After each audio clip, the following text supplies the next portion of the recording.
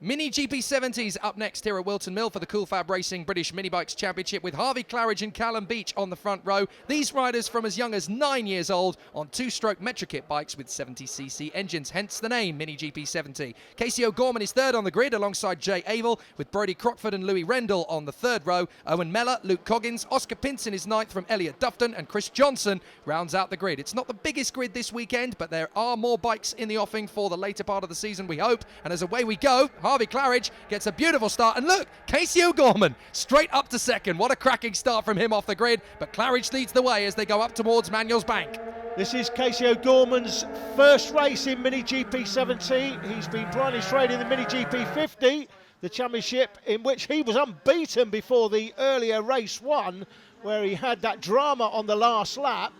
But this is his first effort in MiniGP70 and nearly loses it there through the right-hander, but just manages to collect it in time, and still there in second. That's Callum Beach picked out, the man from North Wales there in third place as he come out of Chapman. Down the inside straight, Jay Avell, third in the championship, fourth on track on the 303 bike. Well, I can think of many riders in the FAB Racing paddock that do two different championships in one weekend. There are several who do it, but three? Goodness me, Casey O'Gorman certainly not doing things by halves this weekend as he takes on three completely different championships. That is a very tough ask as well. Yeah, and bear in mind, he's only 9 years of age. That is very, very tiring. These bikes are full 6-speed, as we said before, manual gearboxes, so they're basically cut-down versions of super bikes, and they take some riding. Brodie Crockford was picked out there. He's easy to spot in the green leathers. Yep, you can't miss him. He's there in fifth position trying to chase down the top four. There he is. The man in sixth place, that is the 101 bike of Louis Rendell, still there in the top six. But Harvey Claridge holding on in front of Casey O'Gorman at the moment from Callum Beach and Jay Avell, then Crockford and Rendell. Looks like Coggins in behind them on the 12 bike. Here they come again, down the straight, across the start-finish line. Harvey Claridge, again easy to spot from the drone with those orange wheels, championship leader. Yeah, I have to say, Claridge is riding very well here under some intense pressure. That's not just anybody on his tail. That is Casey O'Gorman again trying to give him hassle. But this is the closest battle in the top end of the grid. Well, it was. Claridge made a bit of a mistake there through Christmas, and that allowed Casey O'Gorman to get in. I was going to say that the battle between Callum Beach and Jay Avell is the closest on the track at the moment. But now Claridge has lost a bit of ground to Casey O'Gorman, and there's a pair, well, two pairs battling for first and third. And they're getting close to each other again in the top four. Oh, there's a third pair. Look, we've got Crockford and Rendell being chased down by the 12 bike. That is Luke Coggins with Oscar Pinson and Owen Mellor not far away. Through the boot one more time. Close battle at the front of the field here. Harvey Claridge has been used to clearing off in the past. Certainly when he won the MiniGP50 title last year.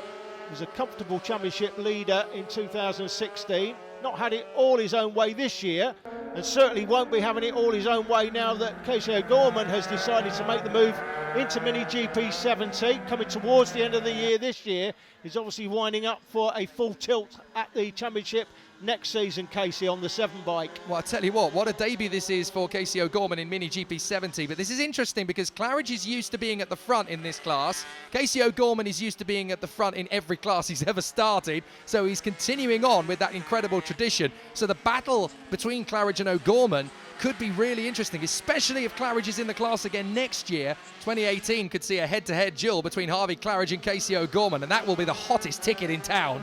You could add Callum Beach and Jay Avell to that mix as well. They're in third and fourth here. Here comes the battle for fifth. That's Brodie Crockford in front of Louis Rendell. Luke Coggins is seventh. Owen Mellor in eighth position coming towards us, being chased down by Oscar Pinson. Then further back, of course, we've still got Elliot Dufton and Chris Johnson running around the circuit. Look at this battle. Look at both these battles. Very close indeed. Claridge versus O'Gorman and Beach versus Avell. And now they're going to close in on the traffic. I think the first bike is going to be Chris Johnson. They come into the left-hand. It's how you make your way past the traffic. Oh, Casey O'Gorman can tell you all about that. Me, that was close. They both just decided to go different sides of the bike, and now we've got the third place battle making their way past. They've both got through, no major dramas, but my goodness me, Claridge and O'Gorman taking the smallest possible gaps to get through. That is how good they are at this level. You can imagine how difficult it is for riders coming into the championship on these bikes. There's not many places you can go and practice with these bikes. 6-speed machines, 6-speed motorcycles, as we said earlier, cut down versions of MotoGP bikes is effectively what they are. So the riders you will see being lapped are those that have very little experience, and you can only really learn on the job in the race. Casey O'Gorman, by the way, is getting much closer. This is getting very tight indeed, isn't it? It's Casey O'Gorman. Let's not forget, on his MiniGP70 debut, you can argue, well, yes, he's the dominant force in the other two classes he races in, but this is a completely different bike with more power. It's tougher to ride, and certainly as a newbie, he's getting very, very quick at handling these situations very quickly. But he is good in a battle. That's what we like. There's Abel closing in on Callum Beach, or at least trying to. Beach seems to have picked up the pace a little bit and is trying to drop him. But Casey O'Gorman still giving massive pressure to Harvey Claridge. Well done to Harvey so far, though, soaking up this pressure and just getting on with it. Claridge drops it down the gearbox into the right-hander there at Christmas corner. Casey will be trying to force him into a mistake, forcing him to go down one gear too many, or not enough maybe. Miss a gear, get it in the wrong gear, and that may allow Casey to go past. But at the moment, Harvey Claridge withstanding the pressure. It's a great ride out front, through Chapman one more time, onto the inside straight, down to the boot. Here's the ankle, the left-hander, the toe is the right-hander, and that's a great look at the boot, Jake, isn't it? That tells you why it's called the boot. That's the ankle. And the television pictures don't really give you an indication as to just how steep the drop is down there as well. You've got to walk the circuit or drive it either in a kart or ride it on a bike to really understand and appreciate just how steep that drop is. It's a quite physical walk around the circuit. I've done it many a time, and it really does give you a proper indication of just how hard these riders have to work to cope with the undulation changes. But look at again how close Casey O'Gorman is getting to Harvey Claridge's rear wheel as he gets very tight under braking. He's really good on acceleration. Look, the back end kicks out, but he's got such a natural ability to ride with the wobble that he just gets himself back on the power. He's comfortable, he's balanced. He just looks like he's been doing this class for years. This shouldn't be looking like a debut. Getting the knees down on the ground. Those of you that have super bikes and go on track days and just marvel at how the professional riders get the knees down, and you can't quite, you think you're leaned right over, but you can't quite get it on the floor, your knee. And these kids at 8 or 9 years of age, it's just natural to them. Right, Casey O'Gorman's got a really good exit out of Crook. Up Manuel's back, down towards Christmas. He's having his first look on the inside. Harvey Claridge has managed to cover that one nicely. But now we are starting to see the feisty nature of Casey O'Gorman. He is starting to attack. He's had enough of sitting, smelling those exhaust fumes of Harvey Claridge's bike. He wants to now make a bid as he goes up into Parker, down the drop, into Chapman. Casey O'Gorman's getting hungry. Callum Beach in third place there, and Jay Abel in fourth. They'll be hoping that Casey has a go up the inside and they start battling, because that will allow the riders in third and fourth place to get that much closer, but they just can't seem to close this gap. Well, here is that battle for third position, and actually Callum Beach is being caught by Jay Abel. Abel is getting on the gas very quickly indeed as they work their way around the circuit again.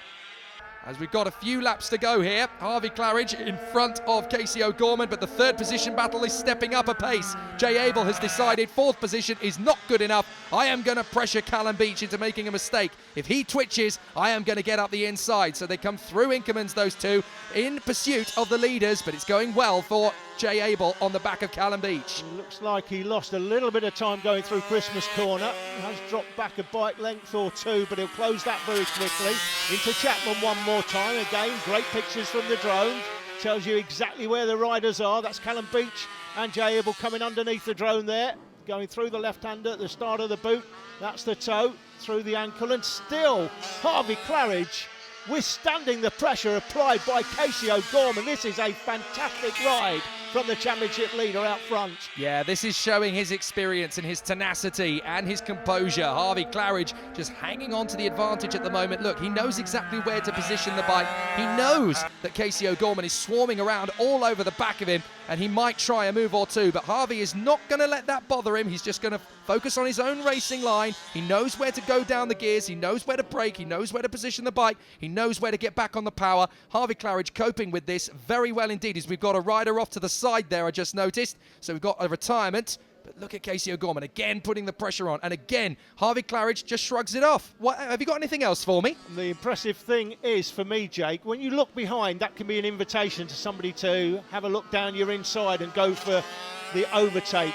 I haven't seen Harvey Claridge looking behind at all. He knows Casey's there because he had a dip at him up in Christmas Corner a few laps ago at the top of the straight here. That's Fine Lady, out through Fine Lady, that's Manuel's Bank.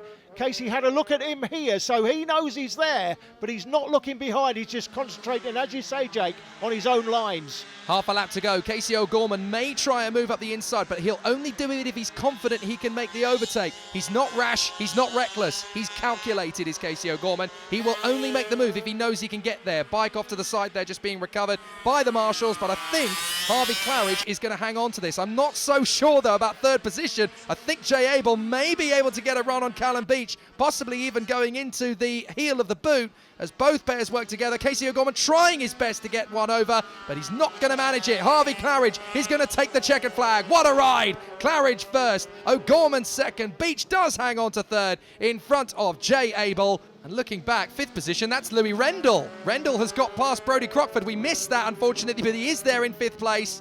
And it looked to me as though Brodie Crockford was a little bit irritated with that. How did I let him go? Claridge wins, though, from Casey O'Gorman, Callum Beach, Jay Abel and Louis Rendell in the top five. But an impressive debut from Casey O'Gorman in second. Doesn't make a big difference in the championship. Harvey Claridge is still the man out in front from Brodie Crockford and Jay Abel, still battling over second, with Louis Rendell and Callum Beach very close in the fight for fourth.